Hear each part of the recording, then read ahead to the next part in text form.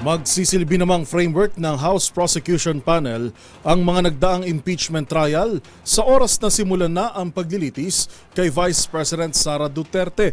Paniwala ng isang kongresista, kasing halaga ng makakalap na ebidensya ang sigaw ng taong bayan sa pagkamit ng hustisya. Ang mga detalye alamin sa report ni Milky Regunan. Gagamitin ng House Prosecution Panel ang mga aral mula sa impeachment trials ni na dating Pangulong Joseph Estrada at Chief Justice Renato Corona sa gagawin nilang paghahanda sa paglilitis kay Vice President Sara Duterte.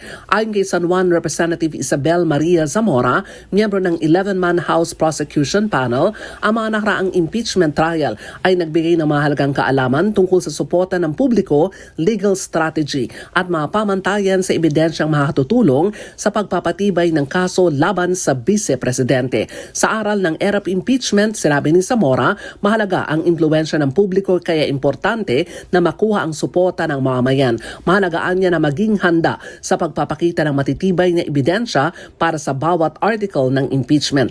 Tungkol sa pamantayan para makonvict si VP Sara, binigyang diin ni Zamora kailangan ng matibay na ebidensya na hindi lamang magbibigay katwiran para mapatalsik siya sa pwesto, kundi magre-resulta rin sa kanyang perpetual disqualification sa paghawak ng pampublikong posisyon. Sabi ni Zamora, ang impeachment ay hindi lamang isang laban sa larangan ng batas, kundi isang pagsubok sa pananagutan sa demokrasya.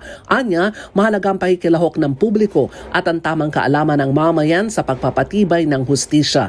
Si Zamora ay lumahok sa isang forum na organized ng University of the Philippines College of Law tungkol sa napipintong impeachment ng Vice-Presidente. Para sa MBC TV Network News, ako si Milky Regunan, una sa Pilipinas, una sa Pilipino.